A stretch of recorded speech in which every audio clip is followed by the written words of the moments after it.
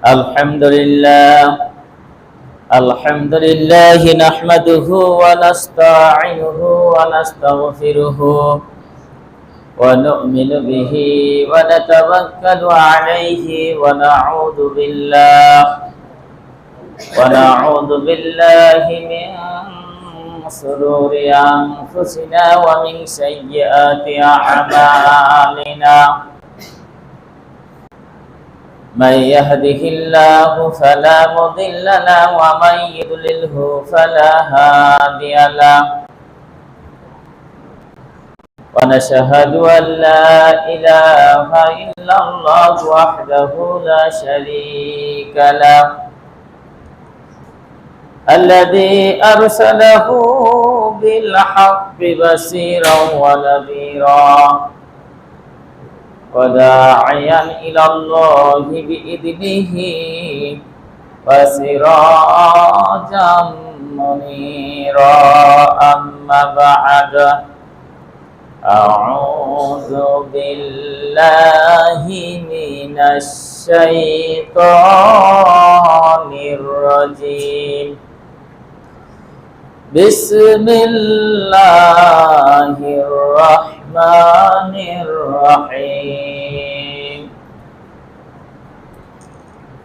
إذا جاء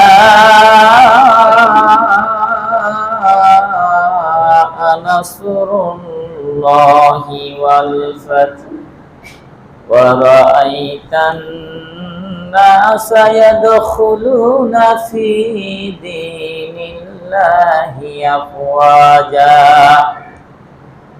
فسبح بحمد ربك واستغفر إنه كان توابا.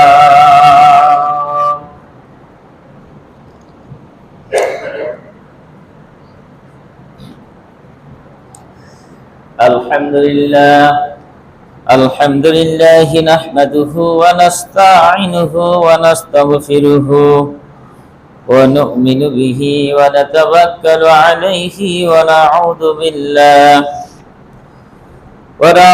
بالله من شرور أنفسنا ومن سيئات أعمالنا. من يهده الله فلا مضل له ومن يضلله فلا هادي له. ونشهد أن لا إله إلا الله وحده لا شريك له. أما بعد، أعوذ بالله من الشيطان الرجيم. بسم الله الرحمن الرحيم. والبدن جعلناها لكم من شعائر الله لكم فيها خير فاذكروا اسم الله عليها صافا فإذا وجبت جنوبها فكلوا منها وأطعموا القانع والمضطر كذلك سخرناها لكم لعلكم تشكرون.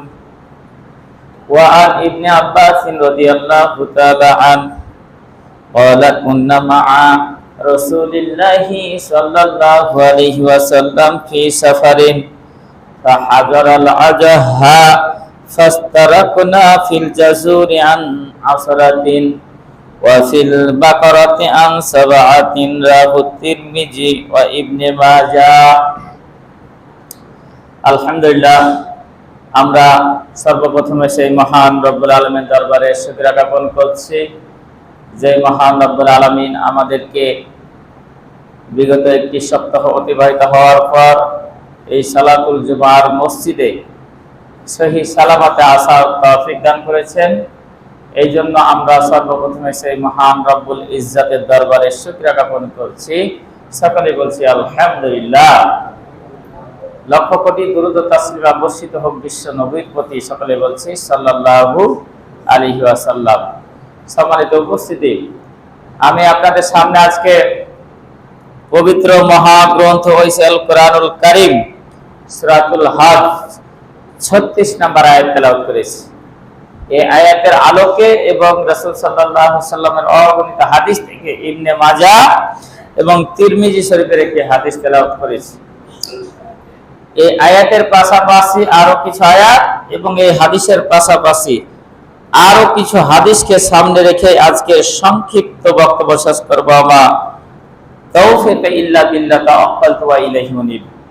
আজকে যেহেতু মুসলমানদের বৃহত্তম বছরের দুইটি উৎসব, একটি হচ্ছে ঈদুল ফিতর আর একটি হচ্ছে ঈদুল আজহা। আমরা আগামীকালকে ঈদুল আজহা আমাদের মাঝে অনুষ্ঠিত হবে।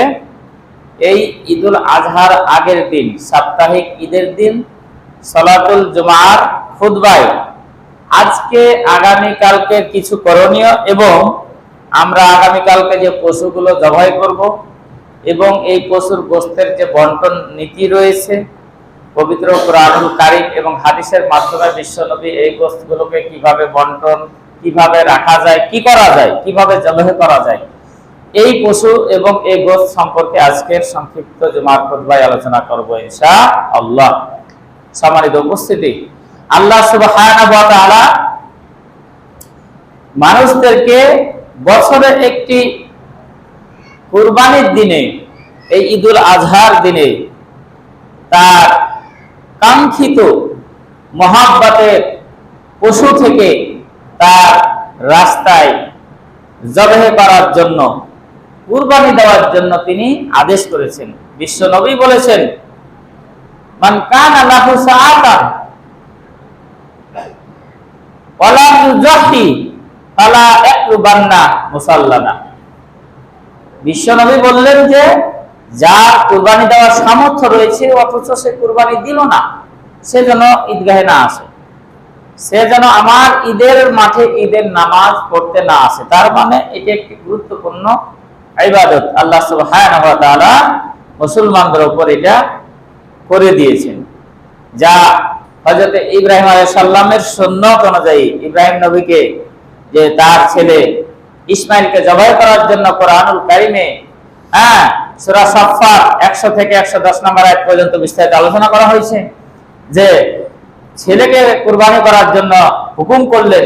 ওই কুরবানিটা ছেলের বদলে জান্নাত থেকে একটি দুম্বা এসে দুম্বা জবাই করা হলো। ওখান থেকেই কিন্তু আমাদের মাঝে এই রীতিটা চলে আসতেছে।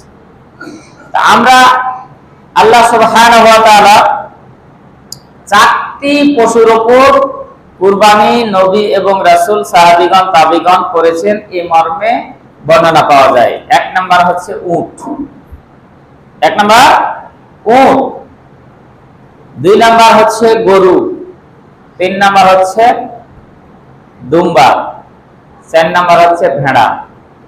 এই ভেড়ার মধ্যেই খাসি এবং ছাগল এগুলো নিহিত রয়েছে। সুতরাং এই 4 শ্রেণীর ছাগল, এই 4 শ্রেণীর পশু দিয়ে, সেটা হোক পুরুষ অথবা মাদি, উট পুরুষ হতে পারে, মাদি উট হতে পারে, সমস্যা নাই। গরু পুরুষ হতে পারে, মাদি গরু হতে পারে, সমস্যা নাই। দুম্বা একই অবস্থা, ছাগল, ভেড়া, ভেড়ি এই একই অবস্থা। এই যে 4 শ্রেণীর কুরবানি বাদ দেয়, এই 4 শ্রেণীর পশু বাদ দেয় যদি আমরা অন্য পশুগুলোর দিকে যদি যাই, এটা হচ্ছে কোরআন এবং হাদিসের বিরোধী, ইসলামী শরীয়তের বাহির হয়ে যাবে। সম্মানিত উপস্থিতি, তাহলে আজকে যে আয়াতটি তেলাওয়াত করেছি, আল্লাহ সুবহানাহু ওয়া তাআলা বলছেন, ওয়াল বুদনা জাআলনাহা লাকুম মিন সাআইরিল্লাহি লাকুম ফিহা খায়র। আমি তোমাদেরকে যে পশু, আল্লাহর যে নিদর্শন রয়েছে, জীবজন্তু, এই 4 শ্রেণীর জীবজন্তু আমি বলে দিলাম যেগুলো, এগুলোকে আমি তোমাদের বশবর্তী করে দিয়েছি।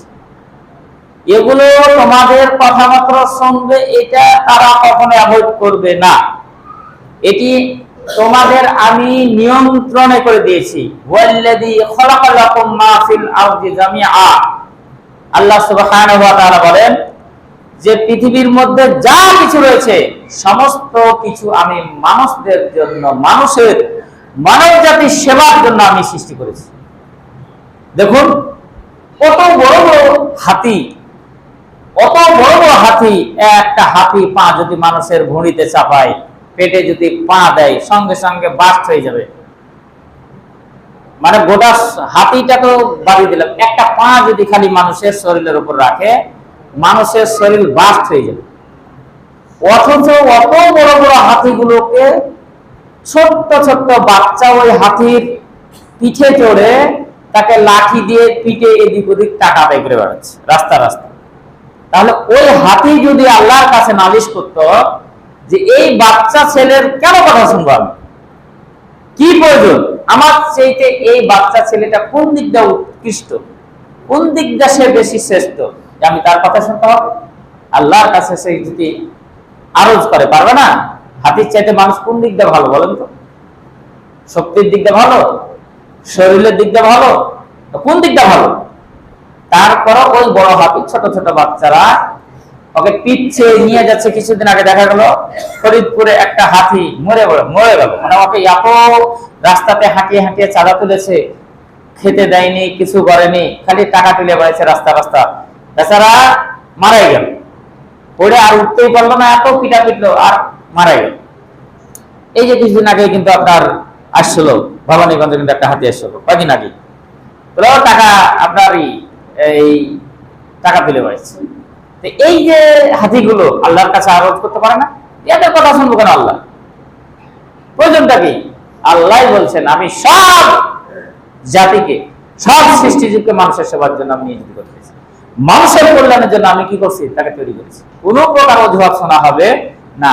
এই যে সিংহ, বনের রাজা সিংহ, একটা সিংহ যদি ছেড়ে দেওয়া হয়, মধুপুরের একটা লোক সিংহের সঙ্গে সবাই মিলে কি সিংহ সামনে যেতে পারবো? একটা বাঘ যদি এখানে, বাঘ তো বড় তো দূরের কথা, বাঘের বাচ্চা যদি সামনে আসে, এই বাচ্চার সামনে আমরা কেউ যেতে পারবো না।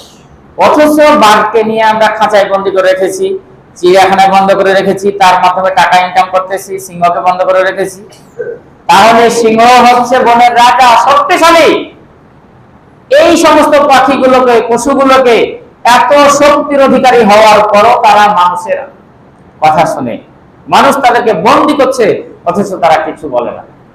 কারণ আল্লাহ বলছেন আমি প্রত্যেকটা সৃষ্টি জীবকে মানুষের সেবার জন্য, মানুষের কল্যাণের জন্য আমি কি করছি? তৈরি করেছি।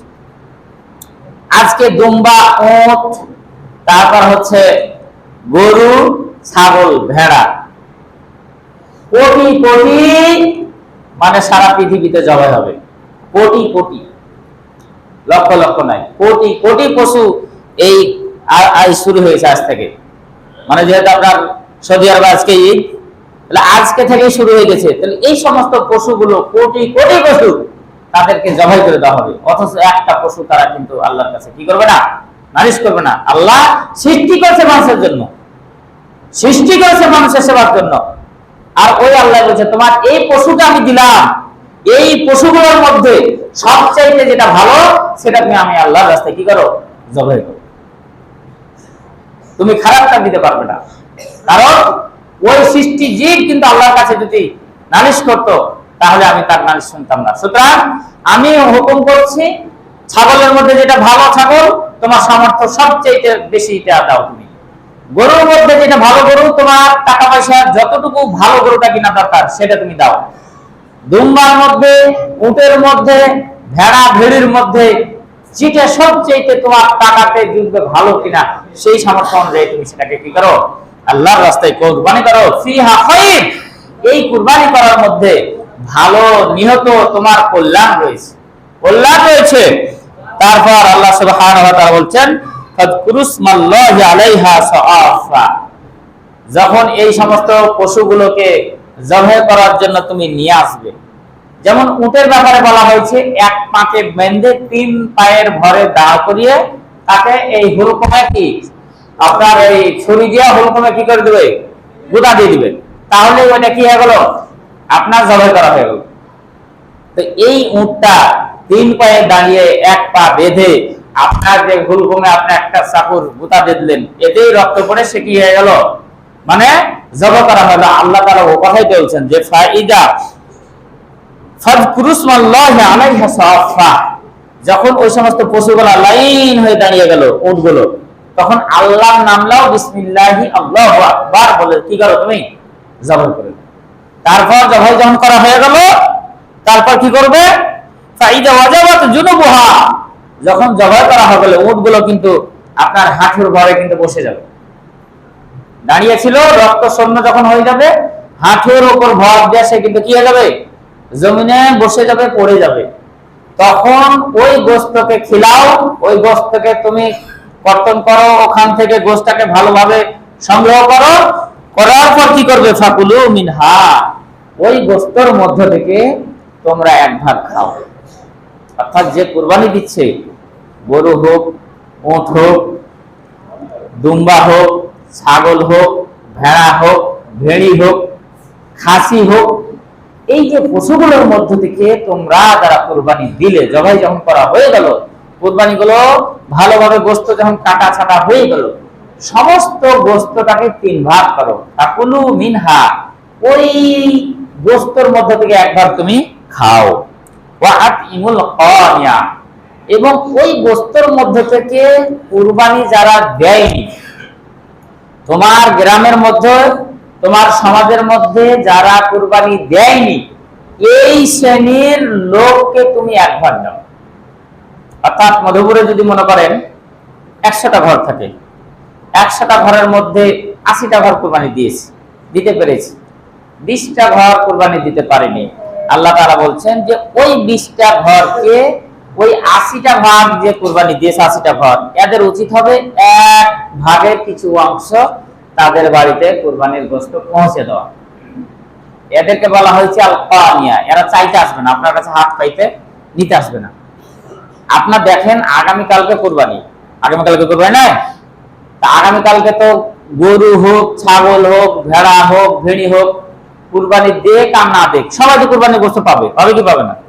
কিন্তু আজকে বাজারে যা দেখেন, সকালে যা দেখলাম যে অনেক গরু জবাই হয়েছে, 7টা গরু জবাই হয়েছে, 7টা। তাহলে কালকে হচ্ছে কুরবানির গরু গোশত সবাই খাবে, সবাই পাবে, অথচ আজকে কেন গরুর গোশত তাহলে কেনার জন্য ঘোরাঘুরি শুরু হয়ে গেল বাজারে গিয়ে? তার মানে বোঝা যাচ্ছে কিছু কিছু লোক আছে বিভিন্ন কারণে কুরবানি দিতে পারেনি, কিন্তু তাদের মান সম্মান আছে। তারা আপনাকে বুঝতে দেবে না, আমাকে বুঝতে দেবে না যে আমি ওই আপনার কাছে হাত পেতে কুরবানি গোশত নিতে যাবো না, আপনি দেন আর না দেন। এই জন্য আগামীকালের জন্য 2 কেজি, 3 কেজি, 5 কেজি, যার যতটুকু সম্বল, এভাবে সে যে কুরবানি দিবে সেও যাতে কুরবানি খায়। আমি কুরবানি দিতে পারিনি তো কি হয়েছে, আমি 3-4 কেজি নিয়ে আমি যেন 3-4 দিন, 2-3 দিন খেতে পারি, কারোর কাছে যেন টাকাতে না হয়, হাত পেতে আমাকে না নিতে হয়। এই কারণে আজকে তারা কুরবানির গোশতগুলো নিয়ে নিচ্ছে, মানে গরুর গোশতগুলো কি করছে, গরু হোক, খাসি হোক, নিচ্ছে। বুঝতে পারছেন? এখন যারা মুসলমানের মধ্যে যারা কুরবানি দিবে, তাদের উচিত হবে যে এই 3 ভাগ সমস্ত গোশতের মধ্যে 1 ভাগ ওই সমস্ত লোককে, আপনার গ্রামে কয়টা লোক কুরবানি দেয়নি, এগুলো ফাইন্ড আউট করা, এগুলো আগে ইন্ডিকেট করা উচিত হবে, ওগুলো আগে বাছাই করা উচিত হবে যে কয়টা ভোট দেয়নি। তাদেরকে আপনার নিজ দায়িত্বে তাদেরকে গোশত একটা ভাগ আপনাকে কি করতে হবে, পৌঁছে দিতে হবে। এভাবে সারা বাংলাদেশের যদি প্রত্যেকটা গ্রামের যারা কুরবানি দিয়েছে আর যারা কুরবানি দেয়নি, এই কুরবানি দেওয়া ব্যক্তিগুলো যদি, যারা কুরবানি দেয়নি তাদেরকে যদি সবাই অল্প অল্প অল্প করে দেয়, মধুপুরের গুলোকে যদি মধুপুর কভার করে, ওই কাছারি কোয়ারি করা প্রত্যেক গ্রাম যদি প্রত্যেক গ্রাম আলাদা কভার করে, একটা গ্রামের লোক অন্য জায়গাতে যাবে না, গোশত চাহিদা প্রয়োজনই পড়বে না, প্রয়োজনই পড়বে না। আপনি দেন, কারণ এই বিধান কিন্তু মদিনায় এক সময় কায়েম ছিল। ওই সময় জাকাতের টাকা আদায় হয়েছে, সরকারের পক্ষ থেকে জাকাতের টাকা কাকে দিবেন নেওয়ার লোকই ছিল না। ইসলামী বিধান যদি এখনো চালু হয়ে যায়, সারা বাংলাদেশ সহ গোটা পৃথিবীতে যদি এখনো ইসলামী বিধান চালু হয়ে যায়, এখনো জাকাতের নেওয়ার লোক থাকবে না, এখনো জাকাতের নেওয়ার মতন কোনো লোক খুঁজে পাবেন না, এখনো কুরবানির গোশত নেওয়ার মতন কোনো গোশত পাবেন না। আপনি 3 ভাগের মধ্যে মনে করেন সাপোজ 1 ভাগ রাখলেন, আপনি 1 ভাগ ওই 20টা লোককে যদি 80টা ঘর যদি দেয়, যেটা বুঝালাম যে 80টা ঘর দিচ্ছে, 20টা লোক হয়তো দিতে পারেনি আপনাদের গ্রামে, তাহলে ওই 20টা লোককে যদি এক পোয়া করে দেন, কত গোস খারাপ হবে? আপনার বাড়ি চাইতে আসবে না অন্য গ্রামে তারা চাইতে যাবে? কখনো যাবে না। এটা হচ্ছে ইসলাম। ইসলাম হচ্ছে একটা সম্মানের ধর্ম, মানবতার ধর্ম, সাম্যের ধর্ম, ইজ্জতের ধর্ম। কিন্তু আজকে ইসলামের মধ্যে কিছু কিছু কুলাঙ্গার, কিছু কিছু মুনাফিক আমাদের মাঝে এমন ভাবে ছেয়ে গেছে, যারা কুরবানির গোশত কি আর যাকাতের অর্থ কি কিছুই বুঝে না। কে যে সাদকা খেতে পাবে আর কে যে খেতে পাবে না ওরা নিজেই বুঝে না। আপনার এর আগেও বলেছি যে আমি এখানে এই চাঁপাইনবাবগঞ্জে আসার আগে ঢাকা ইপিজেটের পাশে ইমামতি করতাম, এই শ্রীপুর মানে সাভারে। ওখানে আপনার ইপিজেটের কিন্তু একটা গার্মেন্টসের 2-3টা গার্মেন্টসের মালিক। তো ওদের এইরকম মসজিদগুলো মোটামুটি 4টা হবে, 4টা মিলে একটা মসজিদ। তো ওদের 700 কি 800 ঘরের সমাজ, তার মধ্যে 2টা মসজিদ। মনে করেন একই বাড়িতে তো 5টা বেটা কখনো বাড়ি হবে না, কারণ ওরা একটু দূরে যায়, ভাটার ওখানে যা বাড়ি করছে। এরকম করতে করতে এই মনে করেন যে এই গ্রামের লোক ওখানে 10টা বা 50টা বা 100টা ঘর হয়েছে ওই 700-800-র মধ্যে। ওখানে একটা মসজিদ তৈরি করছে, ওই যে হারামাইন থেকে, আগে যে সৌদি আরব থেকে মসজিদগুলো পাওয়া যেত, হ্যাঁ, সৌদি আরব থেকে যে মসজিদগুলো করে দিত বাংলাদেশে, এমন মসজিদ অনেক করছে আগে। তো ওই মসজিদগুলো একটা ওখানে নিয়েছে। তাহলে ওটা হচ্ছে মনে করেন একই সমাজ, 2টা ইমাম। তা আমি ছিলাম প্রধানটা।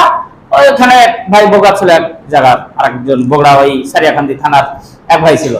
তো ওই গ্রামের যে বললাম যে আপনার কুরবানির গোশতের ব্যাপারে এর আগে কিন্তু আপনাকে বলেছি। তো ওখানে ফেতরার টাকার নিয়মটা হচ্ছে এই যে ওই 800 ঘরের ওই যে 3 ভাগের সমাজ থেকে যে কুরবানি গোশতটা যে আপনারা নিয়ে আসা হয় বা আমাদের সমাজে বা আমাদের দেশে চালু আছে, যে 3 ভাগের মধ্যে 1 ভাগ হচ্ছে আপনার সমাজে পৌঁছে দিলাম, আবার শেষ দিকে সবার নাম লিস্ট করে করে করতে পাবে, আবার কিন্তু দেয়। তো ওই 800টা ঘরের মনে করেন মসজিদ 800 নাম্বার যে সিরিয়ালে পড়বে সে কখন গোশতটা পাবে, ওই জন্য ফেতরার টাকা যে আগে দিবে ওই সিরিয়াল অনুযায়ী ওর গোশত পাবে আগে। ওই জন্য 10 রোজা যাওয়ার পরেই ওই বলতে, হুজুর ফেতরার টাকা নেবেন না, ফেতরার টাকা নেবেন না। আচ্ছা বারে কথা, অন্যান্য জায়গাতে ফেতরার টাকা মানুষকে বলে বলে পাওয়া যায় না, ঈদের আগ মুহূর্তে পর্যন্ত ফেতরার টাকা দিতে চাই না। আর এই কোন জায়গা যে ফেতরার টাকার লেখা ঘোরাঘুরি, কিন্তু অত গুরুত্ব দিই না। বারবার প্রায় মশালি বলে যে ফেতরার টাকা নেবেন না হুজুর। যে পরে একজনকে জিজ্ঞাসা করছি কারণটা কি ভাই, এই খালি ফেতরার টাকা শুরু হয়েছে 10 রোজার পর থেকে, হয়েছে এই ঘটনা যে 800টা মনে করেন যে ঘর আছে, এখন যে 1 নম্বরে ফেতরার টাকা দিতে পারবে ও গোশত পাবে 1 নম্বরে ওই কুরবানিতে। তার কি ফেতরা টার্গেট গোশত, ফেতরা দেওয়া মানে আর গোশত টার্গেট যে আগে আমি ওই সমাজে আগে পাবো গোশত, ও 800 নম্বর আমার যাওয়ার প্রয়োজন নাই। আর আবার অনেকে কি করে ফেতরা ও বেশি দিবে, মানে ওর দুঃসম্পর্ক চাস্ত মাস্ত এই সেই সদস্য বাড়িয়ে দিবে, মানে গোশত বেশি নেওয়ার জন্য ওদিকে, কারণ ঢাকা দিয়ে তো গোশত বেশি দাম। ওই জন্য বলে যে আমার ফেতরা যদি 60 টাকা লাগে, ফেতরা যদি আপনার 80 টাকা বা 100 টাকা লাগে, কিন্তু গোশত আমি যদি ওই জনপ্রতি আবার 250-300 1 কেজি পেয়ে যাই, তাহলে আমি বেশি টাকা পাইলাম গোশত। ওই জন্য ফেতরার টাকাটা বেশি দিত সদস্য বাড়িয়ে, আর 5টা ছেলে হলে 10টা লেখা কিন্তু অনেকে জমা দিত।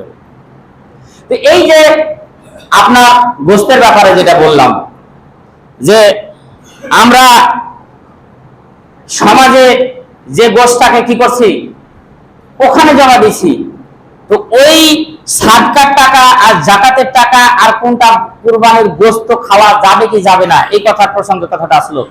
তো ওই মডেলরা কি করতো যে সে কিন্তু গার্মেন্টসের মালিক, 2-3টা গার্মেন্টসের মালিক। তো ফেতরার টাকা কি করলো, আপনার আমার মাধ্যমে টাকা উঠলো 1,40,000 ফেতরার টাকা উঠলো, আর চাউল প্রায় 40 মনের উপর। তখন একদিন ঘোষণা দিয়ে দিল যে আগামী কালকে ফেতরা বিলি করা হবে, যারা ফেতরা নেবেন তারা চলে আসবেন। এখন দেখা গেল যে 30টা লোকের তাকে 15 কেজি 10 কেজি 20 কেজি করে চাউল নাম লিখছে, চাউল কিন্তু মানে চাউল যে 40 মন উঠছে, ওই চাউলগুলো ওই 30টা লোককে দিয়ে দিল মানে মাইকিং করে। আর ওই ফেতরার টাকা একটা বিলি করলো না, ওই টাকাটা নিয়ে যাও ব্যাংকে জমা দিয়ে দিল। মানে তখন আর মন্দা চলছিল গার্মেন্টসে, মানে বেতন দিতে পারছিল না এর আগে কর্মীরাকে, তখন ওই ফেতরার টাকা নিয়ে যা কি করলো আপনার আর কর্মীদেরকে কি দিল, বেতন দিল। আর ওই চাউল 40 মনের মধ্যে 20 মন বিক্রি করলো আর 20 মন রেখে দিল। পরে একটা দাখিল মাদ্রাসা ছিল 15ই আগস্ট কাঙ্গালি ভোজ, 15ই আগস্ট কিসের ভোজ ছিল, বঙ্গবন্ধুর কাঙ্গালি ভোজ ছিল না, হ্যাঁ 15ই আগস্ট। ওই 15ই আগস্টে তখন ঘোষণা দিয়ে দিল যে আপনার মাদ্রাসার সীমানাটাকে করা হবে, বুঝে মাইকে দিব, আমরা একটা প্রাচীর দেবো। ওই 15 কেজি আগমন চাউলকে গোটা উপজেলা ইউনিয়ন অফিসার থেকে শুরু করে সব 5-7টা গ্রাম মিলে ওই ফেতরার চাউল দিয়ে কি করলো, মানে টাঙ্গালি ভোজ দিয়ে দিল বঙ্গবন্ধুর মৃত্যু দিবস। তাহলে খাওয়ার কথা কার আর খালো কে? এই ফেতরা চাউলটা খাওয়ার কথা কে? আর ওই ফেতরার টাকাটা দিল কাকে? কর্মীরাকে বেতন দিল। কেউ যদি কথা বলে, আপনি রাতে গিয়ে কি আপনার ওই বুড়িগঙ্গা নদীতে লাশ পাওয়া যাবে। কেউ যদি কিছু বলে, বুড়িগঙ্গা নদীতে লাশ পাওয়া যাবে। কারণ সভাপতি তো এক একটা কসাই, মানে ঢাকাতে যারা গার্মেন্টস এর মালিক বা বিভিন্ন, এরা এক একটা কসাই। এরা মানে ওই কি বলে, ছাগল জবাই রাখে, মানুষ জবাই করতে ভালোবাসে। তো ওর কথা কে বলবে? তারপরও এই যে কালার রুটি খাওয়া দেখছেন না, চাঁপাইনবাবগঞ্জের লোক, আমি কখনো এই যে এটা কিন্তু এখন ভিডিও হচ্ছে, এটা চলে যেতে পারে, কারণ আমার অ্যাডও আছে, ওই মসজিদের অনেকের অ্যাডও আছে। আমি সাক্ষী রেখে বলছি, আমি এখনো যেমন বলছি তখনও বলেছিলাম, যে এই টাকার জন্য আপনাকে ওপরে যদি বিচার কেউ না করতে পারে, ওই 3.5 হান মাটিতে ওই 2টা ফেরেশতা, আপনার বড় ফেরেশতা আসবে, বড় বড় মুগল আসবে, তখন আপনার আর কে চিনবে না যে আপনি সভাপতি, না আপনি ক্যাশিয়ার, আপনি মাস্তান, না আপনি ডিপজল, না আপনি হচ্ছে পৃথিবীর মধ্যে শীর্ষ সন্ত্রাসী, ওটা কিন্তু আর চিনবে না। সবচাইতে বড় শীর্ষ সন্ত্রাসী হচ্ছে কবরের মধ্যে 2জন বহারা ফেরেশতা। আপনার আমল ভালো না হলে আপনার পিঠে বেলাস কেটে দিবে। সম্মানিত উপস্থিতি, তাহলে বোঝা গেল যে এটার কিন্তু গুরুত্বপূর্ণ এটা একটা আমানত। এটা একটা আমানত। যদি প্রত্যেক গ্রামের, প্রত্যেক মহল, প্রত্যেক সমাজ যদি এভাবে সুষম বন্টন করতো এই বিষয়গুলো, কুরবানি যারা দিবে না এদেরই গোস্ত বেশি হতো, এদেরই বেশি গোস্ত হতো। 3 নাম্বার হচ্ছে যে ওয়াল মুতাররা, যারা চাই তাদেরকে দাও, অর্থাৎ যারা চাই না তাদের বাড়ি তুমি পৌঁছে দাও 2 নম্বরে। আর যারা চাই তাদেরকে তুমি দাও। অনেকে চাইতে আসে, তো অনেকে হাত পেতে, কিন্তু যারা চাইতে আসে দেয় কয়টি? এই 2টা অথবা 3 পিস, 2-3 পিস, আর বেশি কিন্তু দেয় না। তাহলে আপনার উদ্দেশ্য, আমার উদ্দেশ্য কিন্তু ওখানে আপনার হাদিস অনুযায়ী বিশ্বনবী নবাইসা রাদিয়াল্লাহু তাআলা আনহু হতে বর্ণিত, তিনি বলেন, কুনতু নাহাইতুকুম আন নুহুমিল আযাহি ফাওকা সালাসাতা আইয়াম। 3 দিনের বেশি কিন্তু বিশ্বনবী একবার মদিনাতে কিন্তু ব্যাপক দুর্ভিক্ষ হয়েছিল। এই জন্য তখন কুরবানির গোশত বলে 3 দিনের বেশি কেউ কিন্তু বাড়িতে রাখতে পারবে না। 3 দিন হবে, এর মধ্যে যেন গোশত শেষ হয়ে যায়। অর্থাৎ তুমি 3 দিন খাবে এই পরিমাণ তোমার বাড়িতে রাখো, বাদ বাকি বিলি করে দাও। তারপর কি করে দাও? বিলি করে দাও। কিন্তু যখন ওই বছরের পরের বছর দুর্ভিক্ষ কেটে গেল, মদিনায় যখন অভাব অনটন দূর হয়ে গেল, তখন তিনি বললেন, সুম্মা ফাকুলু ওয়াদাখিরু। তারপর তিনি বললেন, এখন তোমরা খাও এবং এটা জমা রাখতে পারো, আর কোন সমস্যা নেই, তোমরা যতদিন পারো এখন তোমরা এটা কি জমা রাখতে পারো। এটা অভাবের জন্য তোমাদেরকে আমি হুকুম দিয়েছিলাম 3 দিনের বেশি তোমরা কেউ বস্তুগুলো রাখবে না। কিন্তু এখন যেহেতু অভাব কেটে গেছে, এখন তোমরা জমা করতে পারো। এখন আমাদের মাঝে কিন্তু বেশিরভাগই এখন সারা বছরই কুরবানি গোশত থাকে, ফ্রিজে ম্যাক্সিমামে কি থাকে। তো ঠিক আছে, আপনি যদি 20 কেজি গোশত পান, আপনি কমসে কম না হলে 10 কেজি বিলি করেন, আপনি 8-9 কেজি বিলি করেন। কিন্তু শহর বাজারে দেখা যায় যে আজকে কুরবানির গরুর নাম জানেন তো? কুরবানির গরুর নাম দেখলাম ডিপজল। মানে ডিপজলের 3টা গরু দেখলাম, একটা হচ্ছে ডিপজল, একটা সম্রাট, আর একটা হচ্ছে বুলেট। এগুলা হচ্ছে কুরবানির গরুর নাম। ডিপজলের দাম রেখেছে 35 লক্ষ, আর বুলেটের দাম তুলেছে 40 লক্ষ, আর হচ্ছে সম্রাটের দাম রেখেছে 33 কি 35 লক্ষ। মানে এটা হচ্ছে ডিপজলের 3টা গরুর দাম রেখেছে। কেউ রেখেছে শাকিব খান, কেউ রেখেছে পরিমণি, কেউ রেখেছে শাহরুখ খান। এগুলো এক একটা কি গরুর দাম, মানে গরুর নাম। হ্যাঁ, তারপর এই একটু আগে দেখলাম লাইলি মজনু, আর একটা গরুর নাম দেখাইছিলাম একটু আগে ফেসবুকে, যে লাইলি মজনু ওই গাবতলিতে। এই যে এক একটা কি নাম রাখছে কুরবানির গরুর নাম, এগুলো কি রাসূলের হাদিস দিয়ে এরকম প্রমাণিত হয়? আছে? তখনও তো ছিল, ব্যক্তির নাম ছিল না। এই ডিপজল নাহি এখন আসলো। শাকিব খান, আয়েব বাসু, যা যে নাম রাখছে, হ্যাঁ, কিন্তু এগুলো তো আগে ছিল না। আগে কি ব্যক্তির নাম ছিল না? আগে তো নামগুলো রাখতে পারতো। যত রকমের মানে আমরা মুসলমান জাতি নিচে নামতে নামতে নামতে নামতে এত নিচে নেমে গেছি, বিশ্বনবী যদি আসতো এখন জীবিত যদি থাকতো সবারই কল্লা উড়িয়ে ফেলতো। হ্যাঁ, যে আমি তোদেরকে বললাম যে কোরআন এবং হাদিস দুইটা জিনিস রেখে গেলাম, কোরআন এবং হাদিস দুইটা জিনিস রেখে গেলাম, এই দুইটা জিনিস বাদ দিয়া কেউ যদি অন্য মতাদর্শ আমি ইয়াবতাগি গায়রাল ইসলামি দীনান ফালা ইয়াকবালা মিনহু ওয়া হুয়া ফিল আখিরাতি মিনাল খাসিরিন। আল্লাহ বললেন যে ইসলাম বাদ দিয়ে কেউ যদি অন্য ধর্ম খুঁজতে যাও, অন্য ধর্মে শান্তি খুঁজতে যাও, অন্য ধর্মে ভালো আমল খুঁজতে যাও, তোমার আমল সব বরবাদ, এই পৃথিবীতে বরবাদ, আখিরাতে বরবাদ, তুমি ক্ষতিগ্রস্তদের অন্তর্ভুক্ত হয়ে যাবে। আর আজকে দেখালো যে কুরবানির পশুটা ইসমাইল আলাইহিস সালামকে ইব্রাহিম আলাইহিস সালাম জবাই করেছিল, তার সবচেয়ে প্রিয় বস্তু, সবচেয়ে মহব্বতের বস্তু, কিন্তু আজকে দেখা গেল যে এই যে আমরা বিভিন্ন ধরনের অপ্রাসঙ্গিক যে নামগুলো রাখতেছি, এগুলো এক একটা ভাইরাল হওয়ার জন্য। এক একটা গত ঈদে এই যে মতিউর রহমান আপনার এনবিআর এর যে চেয়ারম্যান ছিলেন, ধরা পড়লো না, তার ছেলে 35 লক্ষ টাকার একটা ছাগল কিনেছিল। যে একটা এনবিআর এর সরকারি কর্মকর্তা ছেলে 35 লক্ষ টাকার একটা ছাগল কিনতেছে, একমাত্র কারণ সেটা হচ্ছে ভাইরাল হওয়ার জন্য। ভাইরাল হওয়ার জন্য বেতন কত? একটা বিশেষ সেক্রেটার বেতন কত? 35 লক্ষ টাকার ছেলে ই করে, দুইটা বউ, এক একটা বউয়ের নামে এক একটা মানে বাংলাদেশের এক একটা অংশ নাম করে নিয়েছে, কিনে নিয়েছে। এত টাকা পাচ্ছে কোথায় তারা? অথচ দেখেন গা, তারা হচ্ছে এক একটা মুসলমান, তারা এক একটা সাচ্চা মুসলমান নিজেকে দাবি করতেছে। সম্মানিত উপস্থিতি, তাহলে আল্লাহ সুবহানাহু ওয়া তাআলা এই যে আপনাকে আমাকে যে গোশত বন্টন নীতি, এটা কোরআনে কিন্তু আংশিক বলে দেওয়া হয়েছে, কিন্তু এখানে 3 ভাগই যে করতে হবে এমনটা কথা না। এখন মনে করেন আপনি সদস্য বাড়িতে 10 জন, একটা কুরবানি দিলেন ছাগল, ছাগলটার ওজন মনে করেন যে 20 কেজি, ওই 20 কেজি ওজনের আর একটা লোক কুরবানি দিল, আর সদস্য হচ্ছে 2 জন। এখন বলেন যে 10 জন যার সদস্য তার গোশ বেশি লাগবে না 2 জন যার সদস্য তার বেশি লাগবে? 10 জনের বেশি লাগবে। আর এই 10 জন আর 2 জন যদি 3 ভাগে 2 ভাগে যদি বিলি করে দেয়, তাহলে কখনো সম্ভব 10 জনের হয়তো কুরবানির দিনও খেতে পাবে না, আর কুরবানির দিনে গোশ জুটবে না, আর যার 2 জন পুরো গেল 20 দিন খাবে। এটা বৈষম্য হয়ে যাচ্ছে না?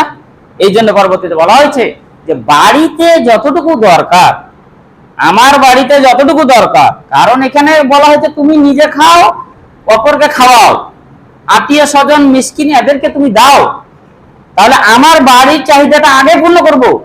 আমার যদি বাড়িতে বেশি গোশ লাগে, আমি বেশি গোশ বাড়িতে রাখবো, তারপর যে গোশটা আমি বিলি করব ওটা নেওয়ার জন্য বিলি করব না। কিন্তু ম্যাক্সিমাম তো দেখা যায় যে সমাজে এখন ওই উদাহরণটাই দিই, যে যার 10 জন সদস্য মনে করেন সে কোরবানি দিল কত, মনে করেন 21 কেজি, তাহলে 3 7 21 কেজি, তাহলে 7 কেজি আত্মীয় স্বজন পাড়া প্রতিবেশীকে বিলি করে দিল, আর 7 কেজি সমাজে দিয়ে আসলো, আর 7 কেজি বাড়িতে রাখলো। আর যে 2 জন সদস্য ওরাও মনে করেন যে 21 কেজির একটা খাসি বা গরুর ভাগে পাইলো, ও 7 কেজি দিয়ে আসলো সমাজে, আর 7 কেজি বাড়িতে রাখলো, 7 কেজি আত্মীয় স্বজনকে বিলি করে দিল। এখন এই যে আমাদের সমাজে যে পরবর্তীতে গোশটা বিলি করা হচ্ছে, এখন সদস্য অনুযায়ী ওই যে 10 জন যে সদস্য তার গোশ আবার ব্যাক আসবে 5 কেজি, আর যে 2 জন আর আসবে 1 কেজি, তাই না? যদি 1 কেজি হাফ কেজি করে ভাগে পড়ে একজন, ম্যাক্সিমাম কিন্তু এরকম হচ্ছে। এই কুরবানির গোশতের বন্টন নীতিটা এরকম যেন আমার বেশি দরকার আমি বেশি বাড়তে রেখে বিলি করব, আমার কম দরকার আমি কম রেখে আমি মানুষদেরকে বিলি করে দেব। উদ্দেশ্য হচ্ছে লিওয়াজহিল্লাহ ওয়ালিতুকাব্বিরুল্লাহ আলা মা হাদাকুম ওয়া লাআল্লাকুম তাশকুরুন। আল্লাহ সুবহানাহু ওয়া তাআলা বলছেন যে আল্লাহ তোমাদেরকে হেদায়েত দান করেছেন, এই জন্য তোমরা আল্লাহর মহত্ব, বড়ত্ব, আল্লাহর গুণকীর্তন করো, যে আল্লাহ তোমাদেরকে হেদায়েত দান করেছেন, এই জন্য আল্লাহর শুকরিয়া আদায় করো। লা ইয়ানাল্লাহু লুহুমুহা ওয়ালা দিমাউহা ওয়ালাকিন ইয়ানালুহুত তাকওয়া মিনকুম।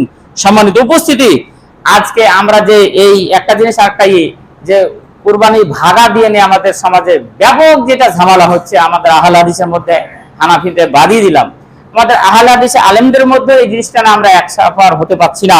এখানে যে হাদিসটা প্রথম বলেছি যে ইবনে আব্বাস থেকে বর্ণিত, তিনি বলেন যে আমরা এক সময় রাসূলের সঙ্গে সফরে ছিলাম, ওই সময় ফাহাজার আল আজহা তখন ঈদুল আজহার দিন চলে আসলো। ফাস্তারাকনা, আমরা কি করলাম, শরীক হলাম ফিল জাজুরে আন আসরাতিন, একটা উট কুরবানিতে 10 জন ব্যক্তি, ওয়াল বাকারাতে আন সাবআতিন, এবং গরুতে 7 জন ব্যক্তি আমরা শরীক হয়ে কুরবানি দিলাম। ওইটা সফরের কথা বলা হয়েছিল। কিসের কথা? সফরের কথা। তারপর মুকিম অবস্থায় যা আমরা যে মুকিম এখন, আমাদের কথা কিন্তু এখানে আর রাসূল নিষেধ করেনি, আবার বলেনি যে এটা হচ্ছে মুকিম অবস্থায় উটে 10 জন চলবে না, গরুতে 7 জন চলবে না। এই জিনিসটা নিয়েই আমাদের মাঝে আজকে বেশি ব্যাপক ঝামেলা, যে ওটা সফরের হাদিস, সফরে আমরা মানবো একটা গরুতে 7 জন ভাগা, আর ওখানে ছিল 7 জন ব্যক্তি, আর আমাদের মাঝে দেওয়া হয়েছে 7 পরিবারের পক্ষ থেকে। এটা তো ঝামেলা, তাই না? আমরা যে 7টা গরুর মধ্যে একটা ভাগা দিই না, একটা গরুতে 7 জন ভাগা দিই, 7 জন দিই না, 7 পরিবারের পক্ষ থেকে, 7 পরিবারের পক্ষ থেকে। এই জন্য বিশ্বনবীর সবচাইতে বেশি, হযরত আয়েশা রাদিয়াল্লাহু তাআলা আনহা বলেন যে বিশ্বনবীর সবচাইতে যে বেশি আমল, সেটি হচ্ছে তিনি কালো কুসকুসে একটা ছাগল, বড় বড় শিংওয়ালা, ডাগর ডাগর চোখওয়ালা একটা ছাগল তিনি প্রতি বছর একটা পরিবারের পক্ষ থেকে দিতেন। 2টা করে ছাগল দিতেন, কোন বার একটা করে ছাগল দিতেন পরিবারের পক্ষ থেকে।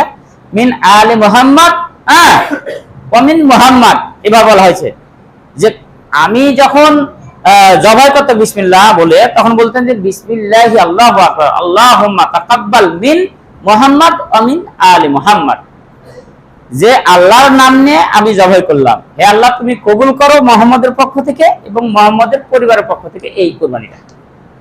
তো তিনি ম্যাক্সিমামে 2টা কিন্তু ছাগল কুরবানি দিতেন, এবং মাঝে মাঝে একটাও দিতেন। তাহলে এখান থেকে বোঝা যায় যে একটা জানের কথা বলা হয়েছে, এবং একটা পরিবারের পক্ষ থেকে একটা জান হলি হলো। তাহলে আমরা চেষ্টা করব সর্বোচ্চ আল্লাহকে রাজি খুশি করার জন্য একটা ছাগল দেওয়ার জন্য, এবং ম্যাক্সিমামে আগেকার এই কুরবানির ভাগা থেকে আমরা অনেকেই সরে এসেছি, এবং যেহেতু এটা উদ্দেশ্য আল্লাহকে রাজি খুশি করার জন্য, আমরা ছাগল দিতে পারলে সবচাইতে বেশি ভালো। অনেকেই এই যে আপনার একটা প্রশ্ন ইউটিউবে একজনকে বলছিল যে এই যে গরু যে দিচ্ছে মানুষ, একটা ছাগল তো আছেই, অনেকে আবার গরু দিচ্ছে। অনেক পরিবারের টার্গেট থাকে যে ছাগলের গোশত খাবো, গরুর গোশত খাবো না। একটা ছাগল যে দিলাম বা 2টা ছাগল দিলাম, ছাগলের গোশত খেতে পেলাম, কিন্তু গরুর গোশত পাবো কোথায়? গরুর গোশত খাওয়া লাগবে, তাই না? তার মানে ওর উদ্দেশ্য কি? ছাগল না, ওর উদ্দেশ্য হচ্ছে গরুর গোশত খাওয়া। তার মানে গরুর যে 7 ভাগে একটা ভাগা দিচ্ছি আমরা, উদ্দেশ্য হচ্ছে গরুর গোশত খাওয়া।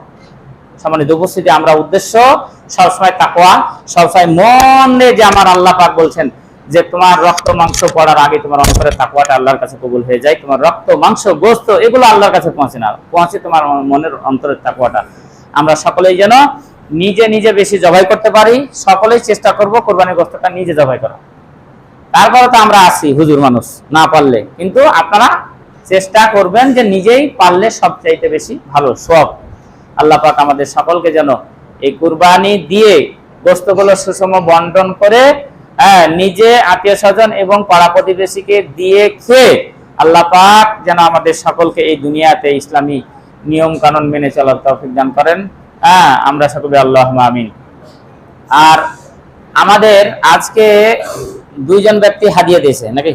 হ্যাঁ, 2 জন ব্যক্তি হাদিয়া দিয়েছে। আপনারা